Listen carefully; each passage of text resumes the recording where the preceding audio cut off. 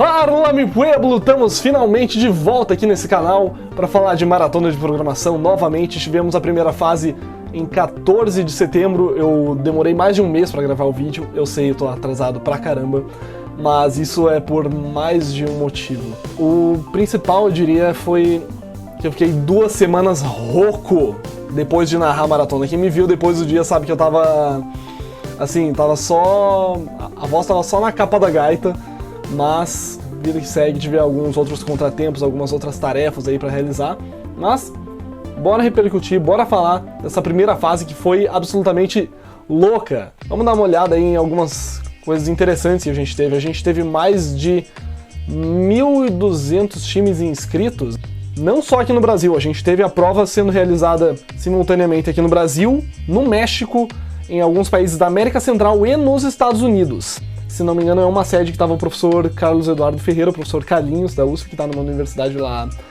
no Texas. E, se não me engano, eles resolveram dar uma brincada também.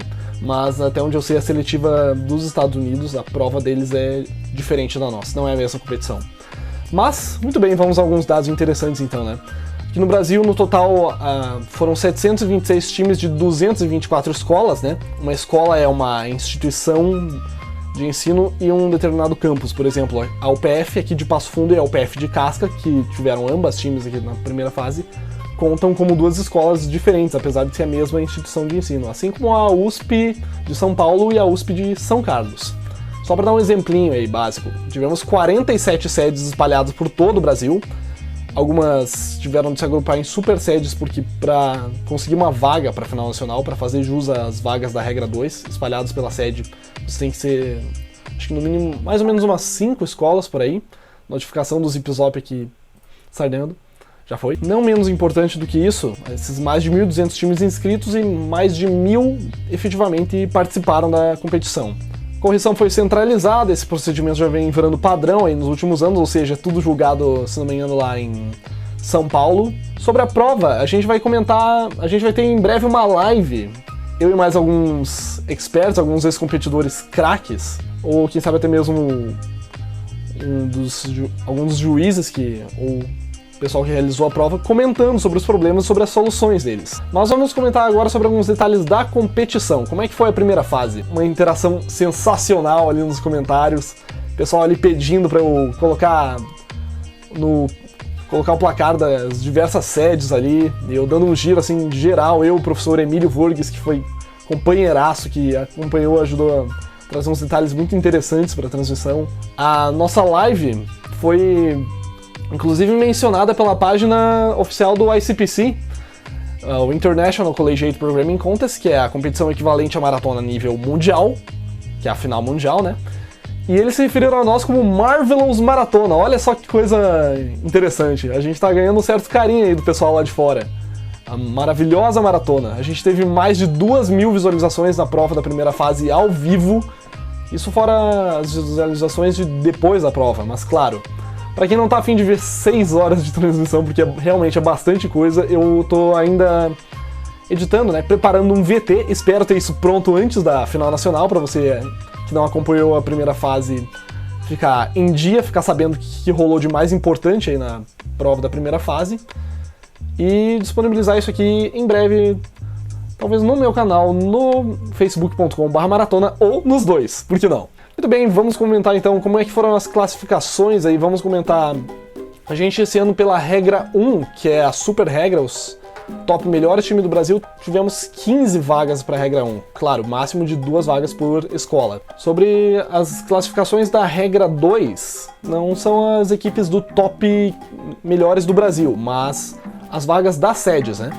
A gente teve 44 vagas espalhadas pelas diversas sedes aqui do Brasil. Aqui em Passo Fundo a gente teve 2. As maiores sedes do Brasil tiveram 2 esse ano, a gente não teve nenhuma que tivesse tantas escolas para fazer jus a 3 vagas.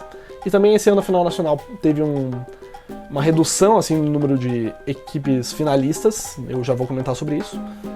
Então, aqui no caso, em Passo Fundo, quem ficou com o título subregional foi a UFFS de Chapecó, seu 3º título, e a UPF classificou em 2º lugar para a final nacional. as outras classificações, e eu vou deixar o link aqui na descrição, na página oficial da maratona. Um padrão interessante que a gente estava notando durante a transmissão é que a maior parte das equipes que classificaram para a final nacional eram aquelas cujos competidores estavam com um rank azul no Codeforces. Para quem não sabe, o codeforces.com é um portal de treinamento de programação bastante parecido assim com o Uri Online Judge na questão de ter lista de exercícios e tudo mais, mas eu diria que se tu entende inglês, ele é muito melhor no sentido de ele te dá exatamente o caso de teste que tu erra quando tu tá praticando, não em contests, obviamente. E ele te dá também um tutorialzinho no cantinho ali da página daquele problema. Eu sugiro você não olhar o tutorial de cara, mas ele te dá assim as tintas, te dá as dicas de como resolve aquele problema.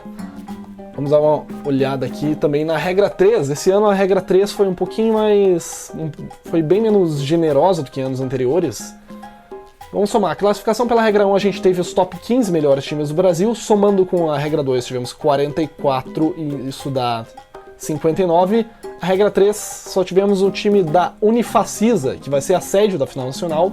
Esse ano a gente não teve nenhuma regra como melhor time só de meninas, que inclusive teve bastante uma certa polêmica em relação a isso, que isso não seria exatamente um incentivo à participação feminina na maratona. E também a gente não teve representatividade total não teve todos os estados representados na final nacional esse ano.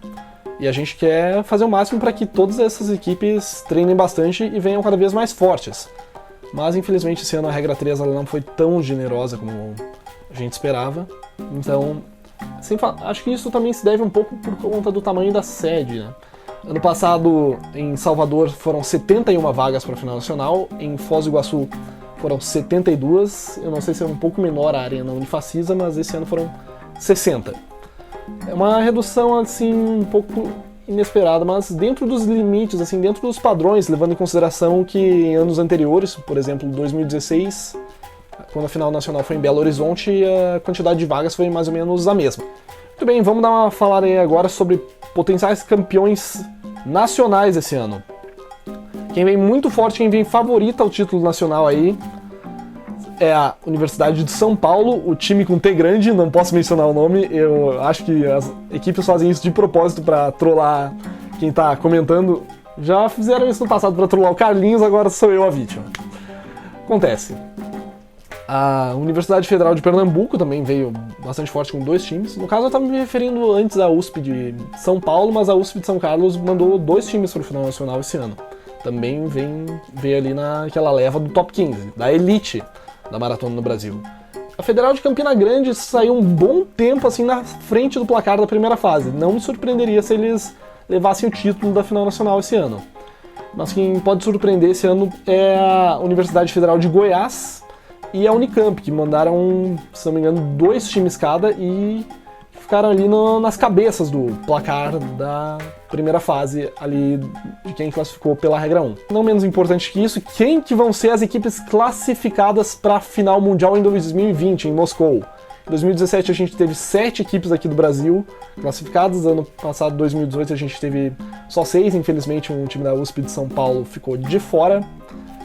E bom, deixa aí nos comentários os palpites de vocês, os comentários sobre essa primeira fase da maratona, sobre a transmissão. Deixa eu fazer meus agradecimentos aqui ao professor Carlos Eduardo Ferreira, o Carlinhos da USP, que nos deu todo apoio, todo o suporte, que algo que eu tinha falado levemente em tom de brincadeira, porém com fundo de verdade, que era, eu queria ter muita honra de narrar a maratona. Eu tava me referindo só à primeira fase, mas ele me convidou também para narrar a final nacional agora, que vai ser em Campina Grande, na Paraíba. É um sonho sendo realizado, assim, sabe? Eu não me arrependo nem um pouco de ter ficado afônico, assim, depois de narrar a primeira fase. E mesmo tendo o pós-comp para realizar dali a uma semana, mas isso é assunto para outro vídeo. Agradecer também ao professor Emílio Vorgues, que foi um baita parceirão, que é também técnico dos times da UFFS, que não deixou a peteca cair quando eu tava quando eu tive de me ausentar em alguns momentos da transição. O professor Maurício Pamplona II, da Universidade Federal da Bahia, que preparou o sistema para a primeira fase, assim, e está preparando agora também para a final nacional. E, claro, todos vocês que vibraram, torceram, sofreram, comemoraram assistindo essa transmissão da primeira fase. Em breve teremos também uma live com o professor Carlos Eduardo Ferreira, né? A gente vai falar um pouco aí de projeções a respeito da final da maratona, do Brasil como vem sendo representado nas finais mundiais. Deixar mais um recadinho aqui para encerrar. Eu finalmente lancei o meu apoia.se, uma plataforma de financiamento coletivo recorrente, onde você vai poder doar aí por um mês, doar aí mensalmente um valorzinho aí, digamos, para ajudar na produção dos vídeos aqui desse canal. Conseguir um microfonezinho melhor, de repente montar um estúdio com isolamento acústico, coisas que a gente vai conseguir ao longo do tempo. Eu estabeleci as metas em potência de 2, então a gente começou assim com 128 por mês, que já é, sei lá, o suficiente para pagar uma conta de internet. E vamos ver no que isso vai dar. Por enquanto é isso. Eu gostaria de agradecer a cada um de vocês que está acompanhando esse canal, acompanhando esses vídeos. Muito obrigado a todas e todos que estão nos acompanhando, tanto aqui quanto em facebook.com/maratona. Nos vemos em Campina Grande de 7 a 9 de novembro. Valeu, falou e é nóis! Fui!